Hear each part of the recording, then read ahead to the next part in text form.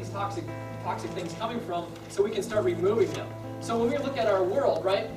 When we look at our world and we start thinking about the things that are going on in our world, the environment, and we talked a little about each generation and how it's changing and how it's getting younger and younger and younger all the time. But the bioaccumulation of these toxins literally have caused a new era of sickness. So those sicknesses that we were talking about that were happening in adults that are now happening in children.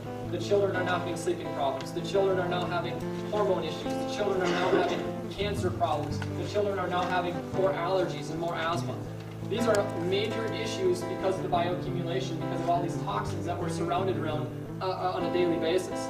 You know, the CDC, when we look down at the CDC report, there are 219 different chemicals that are actually found in your blood and your urine. 75 of them which have never been heard of before.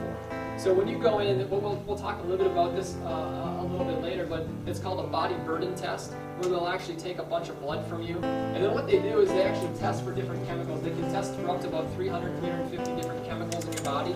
Most of the time, this is on average, the typical American will have over 200 different chemicals in their blood and their urine. And as these numbers rise and as they accumulate, we start to see more and more symptoms. We start to see more and more problems. So again, we want to understand where are these compounds coming from so that we can start identifying these sources and start getting rid of them in our bodies and in our life and in our home.